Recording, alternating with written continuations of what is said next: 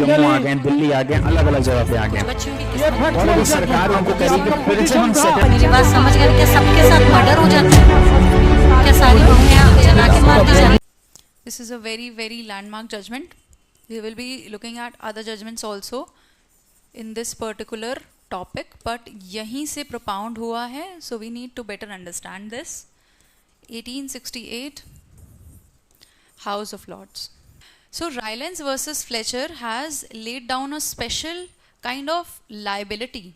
It has set up a good precedent for a lot of years, and we have followed it for many years in many cases.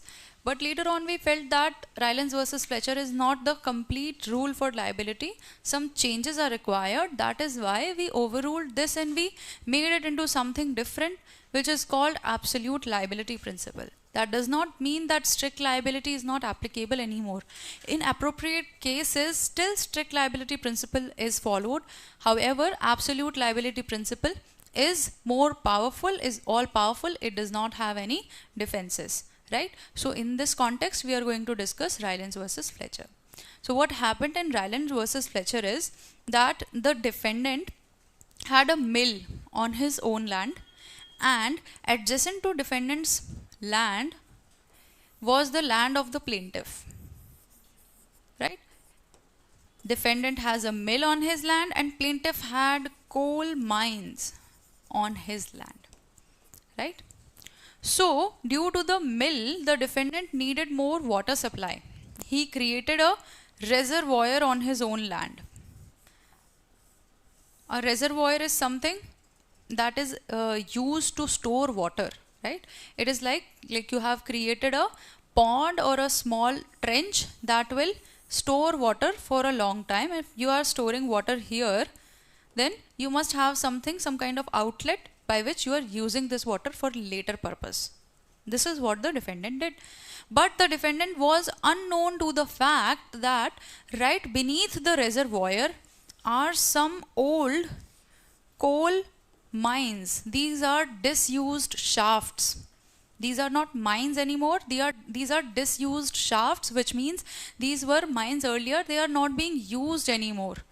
Either they were mines or they were some kind of way to go into the mine, right? Over which he has created a reservoir, and the water from these reservoirs leaks and goes onto the plaintiff's land, and where his coal mines are situated, these coal mines, this coal is destroyed. The quality of the coal is reduced significantly, क्योंकि कोयला अगर गीला हो गया है तो वो किसी काम का नहीं है, right? So these are the facts of the case. Now, when the plaintiff claims damages, he says that this is defendant's negligence, that he has done such an act, but defendant claims that this is not my negligence, this is no fault of mine, that there were some coal shafts beneath this surface. I had no knowledge and no intention to cause any harm to the plaintiff's land, right?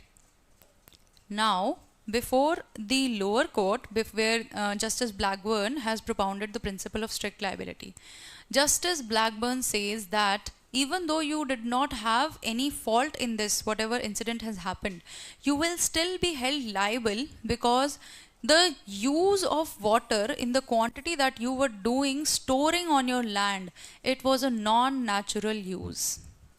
Ordinary से हट कर के आपने अपनी land पर कोई काम किया है, what you have done is extraordinary और non natural use of your own land, and in that you have hampered the rights, you have caused damage to the property of your neighbor, right?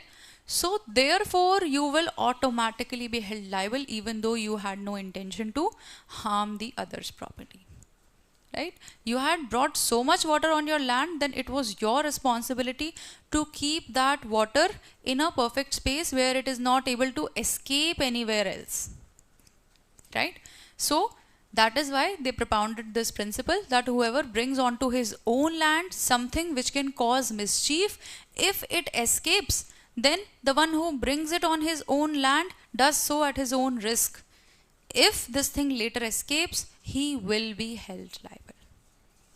Right? And this is why this principle is popularly known as what? No fault liability. You must be feeling that this is unjust for the defendant. He did not know it. What about plaintiff? वो क्या करेगा? कोई damage नहीं मिलेगा उससे अगर हम ये सोचेंगे. इसीलिए नो फॉल्ट लायबिलिटी या स्ट्रिक्ट लायबिलिटी का प्रिंसिपल लाया गया है. ठीक है? Subscribe for more content.